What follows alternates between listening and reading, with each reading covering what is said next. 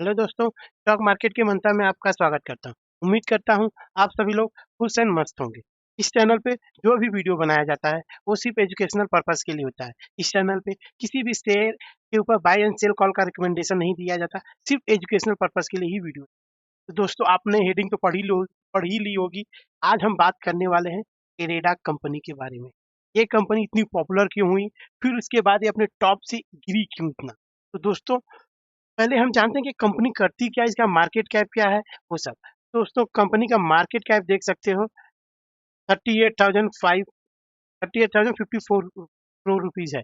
तो एक mid cap type की कंपनी है। इसका करंट प्राइस 135 है और हाई 234 है और 52 वीक्स लो 129 है। कंपनी का फेस वैल्यू 10 रुपीज है। तो ये दिखाता है कि आने वाले समय में ये कंपनी स्टॉक स्प्लिट बोनस ये सब दे सकती है। और कंपनी का देख सकते हो प्रमोटर कोई भी प्लेज नहीं रखा है, कोई भी परसेंटेज प्लेज नहीं है। प्रमोटर के पास 71.8% है। दोस्तों ये कंपनी एक सरकारी कंपनी है। तो आप ये देख सकते हो कि कंपनी का ओवरऑल परफॉर्मेंस मतलब ओवरऑल स्ट्रक्चर कैसा है। और दोस्तों आपको दिखाता हूँ कि कंपनी करती क्या है। कंपनी का काम है कि लोन प्रोवाइड करना, लोन देना। कंपनी लोन देती है, किसको देती है? जैसे कि solar, wind, hydro, EV, green hydro project, इन सबको ये लोन देती है। और लाइव दिखाता हूँ दोस्तों आप लोग को कि ये अपने टॉप से लगभग 52.46% गिरा हुआ है। और तो और दोस्तों ये कंपनी आपको कंपनी के साइट पे जाओगे ना तो बहुत सारे किसमें किसमें ये लोन देती है वो आपको पता चल जाएगा, कितना परसेंटेज लोन देती है कंपनी के साइट पे पता चल जाएगा। जैसे कि आप देख सकते हो विंड एनर्जी को 16.1% का लोन दे के रखी, सोलर एनर्जी को 24.0% का लोन दे के रखी, 24.0%। और स्मॉल हाइड्रो 9.9। अगर जिन लोगों को ऐसे क्या बोलते हैं, जैसे solar energy, wind energy, solar energy ऐसे प्रोजेक्ट में काम करना है तो ये कंपनी चीप कॉस्ट पे लोन देती है। इस साइट पे जाकर के देख सकते एथेनॉल, वेस्ट टू एनर्जी, ये सब प्लांट सेटअप करने के लिए ये कंपनी लोन देती है बड़े बड़े कंपनियों को। जो कंपनी इन फ्यूचर सेक्टर में जैसे कि सोलार इन सब में काम करेगी वो उनको लोन प्रोवाइड करती है। और मेन चीज दोस्तों आप देखोगे ये कंपनी पॉपुलर क्यों हुई थी। इस कंपनी का पॉपुलर होने का वजह ये है दोस्तों, क्योंकि इसका जो इसका जो आईपीओ आया था ना दोस्तों, ये देखो, ये जो आईपीओ है इसका 30 रुपीज टू 32 रुपीज है। जब ये आईपीओ आया था तो बहुत छोटे प्राइस पे, अब पता है जब छोटा प्राइस होता है तो रिटेल इन्वेस्टर भर भर के लगाना शुरू कर देते हैं। और देखते ही देखते दोस्तों एक 2023 में ही आया था इसका आईपीओ। तो 2023 24 25 ढाई 2 साल में इस कंपनी ने अपने इन्वेस्टर को लगभग 5 से 8 गुना पैसे बना करके दिए। बताया था इसका करंट प्राइस 120 मीन्स 132 रुपीज के आसपास है।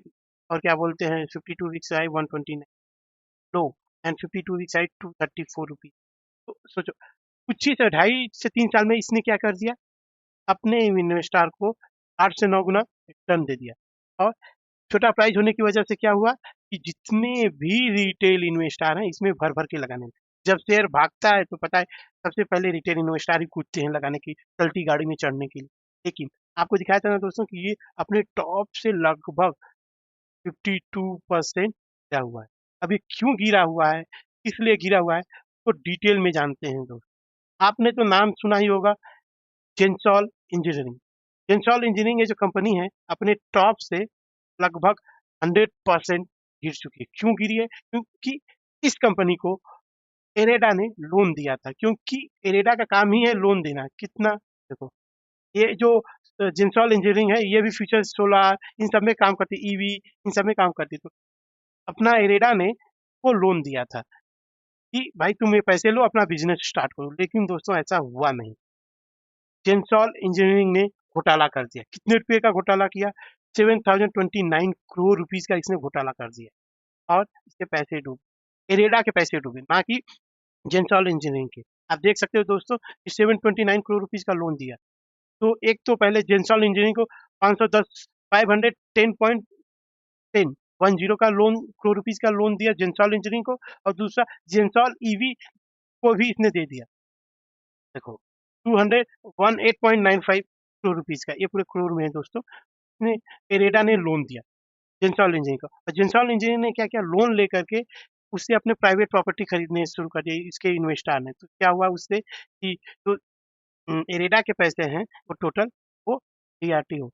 तो अब इसे डेट रिकवरी ट्रिब्यूनल में चला गया, जिसकी वजह से क्या होगा, अब इरेडा को इतने पैसे लेने में मुश्किल होगी।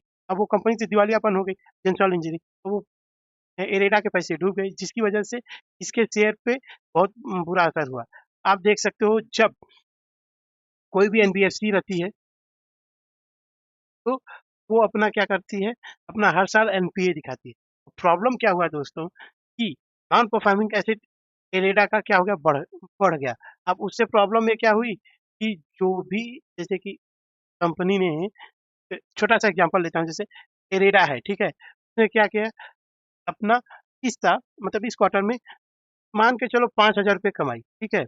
5,000 रुपये कमाने से क्या हुआ कि सरकार का प्रोविजन है, वो आपका 5,000 रुपया कमाने में एक्सपेंस कितना लग गया, 3,000 रुपये सोचो।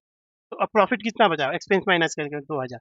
लेकिन दोस्तों एनबीएफसी को जो लोन देती है कंपनी, उनको ऐसा नहीं करना, ये डायरेक्ट 2,000 प्रॉफिट नहीं दिखा सकती। इसमें क्या करना होगा, उसको प्रोविजन दिखाना होगा। और प्रोविजन क्या होता है दोस्तों, जैसे कि हम ये उम्मीद करके चलते हैं कंपनी को वो पैसा नहीं मिलेगा, वो एनपीए हो गया, वो किसी काम का नहीं रहे। तो अपना एरेडा ने किसको पैसे दिए थे, जिंसॉल इंजीनियरिंग को, लगभग 7 मान के चलो, अब लगभग 800 करोड़ रुपीज का उसने लोन दिया था। अब क्या होगा, प्रोविजन दिखाने से क्या हो गया कि अब ये 800 करोड़ रुपीज नहीं आएंगे, तो अब बचेगा कितना, सिर्फ 1200। अब ये सिर्फ प्रॉफिट कितना बचा, 1200। इससे क्या पता चलता है कि जब प्रोविजन बनता है तो अपना प्रॉफिट डिक्रीज हो जाता है, और इसका इम्पैक्ट कहाँ पे पड़ेगा, बैलेंस शीट पे पड़ेगा, और अपना जो एनपीए होगा इंक्रीज होगा। और एनपीए इंक्रीज होना दोस्तों कंपनी के लिए, खासतौर से एनबीएफसी के लिए, लोन देने वाली कंपनी के लिए, बैंक के लिए बहुत ही बुरा होता है दोस्तों, बहुत ही। एनपीए जितना ही कम होगा, कंपनी का नाम, वैल्यू इतना ही अच्छा होगा। एनपीए जितना ज्यादा होगा, वो कंपनी एक तरह से समझ लो बेकार ही है, क्योंकि एनपीए नहीं मिल सकता ना, तो इसलिए। और दोस्तों आपको और डिटेल में आगे दिखाता हूँ दोस्तों कि प्रॉब्लम क्या हुआ। और पहले 2.45 एनपीए था क्वार्टर 2025, जो कि क्वार्टर वन के 2026 में इंक्रीज होकर के कितना होगा, 4.13। सोचो, सीधे डबल हो गया दोस्तों। ये दिखाता है कि कंपनी जो इरेडा है उसका एनपीए बहुत तेजी से इंक्रीज, ये बहुत बुरा असर डालता है क्योंकि किसी भी कंपनी का एनपीए बढ़ना अच्छी बात नहीं होती है दोस्तों, बहुत बुरा लगता है, क्योंकि कंपनी अच्छा परफॉर्म नहीं करती। और कंपनी का ये देख सकते हो, सितंबर 2030 में लेकर के अभी लगभग 84,445 करोड़, लगभग 90,000 करोड़ आप कह सकते हो कि उसका लोन बुक है। ये दिखाता है कि कंपनी का लोन बुक तो स्ट्रांग है, लेकिन कंपनी का जो एनपीए वो भी बहुत तेजी से ग्रो, और इसका सबसे बड़ा क्लाइंट है, वो दिखाने से पहले आपको दिखा ही चुका हूँ कि वो कौन कौन से, जैसे कि जैसे सोलर एनर्जी को 26% का लोन दे के रखी है, विंड एनर्जी को 16% का लोन फैसिलिटी को, अदर को 18% का लोन दे के रखी है, हाइड्रो पावर का 11% का लोन दे के रखी है, ऐसे मैन्युफैक्चरिंग को 7, इथेनॉल को 7, 6, 7, अदर को 3, ऐसे ही करके बहुत सारे जो फ्यूचर में काम करने वाले बिजनेसेस हैं उनको ये लोन दे के रखी है एरेडा ने। इसका सबसे बड़ा क्लाइंट है दोस्तों, आप देख सकते हो, विक्टार ग्रीन एनर्जी को इसने 1,100 करोड़ रुपीज का लोन देकर, इसका सबसे बड़ा क्लाइंट है, जो कि अपने लोन बुक का ही 1.3%। इसका सबसे बड़ा क्लाइंट है विक्टार ग्रीन एनर्जी। तो की वजह से कंपनी का क्या बोलते हैं, शेयर गिर रहा है दोस्तों। और डिटेल में आपको दिखाता हूँ दोस्तों कि कंपनी में प्रमोटर कितने हैं सब। आप प्रमोटर सेक्टर पे आने से पहले आपको दिखाता हूँ दोस्तों एक और चीज। कंपनी तो बहुत बेहतरीन ही कर रही है, क्योंकि पिछले 10 साल में 20% से ग्रो हुई है, पिछले फाइव ईयर्स में 23, पिछले 3 साल में 33, टीटीएम बेसिस पे 32% से इसका सेल्स ग्रो हुआ है। प्रॉफिट भी आप देख सकते हो दोस्तों, बहुत बेहतरीन तरीके से ग्रो। इसीलिए तो ये कुछ ही समय में अपने इन्वेस्टर को लगभग 8 से 9% गुना रिटर्न दे चुकी, इसीलिए बहुत लोग इसके ऊपर अट्रैक्ट हुए। और देख सकते हो दोस्तों, क्या बोलते हैं, हाँ यहाँ पे देखिए, प्रमोटर 71.76, प्रमोटर में देख ही सकते हो, president of India. FI 1.92, DIs में तो एलआईसी है दोस्तों, तो उसने 2.57% स्टेक लेके रखा हुआ है, और पब्लिक 23.7। इसके अंदर जैसे और भी कुछ थोड़े बहुत कारण हैं दोस्तों कि कंपनी का शेयर गिरा है।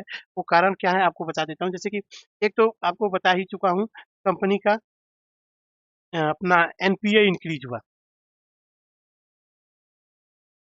गया।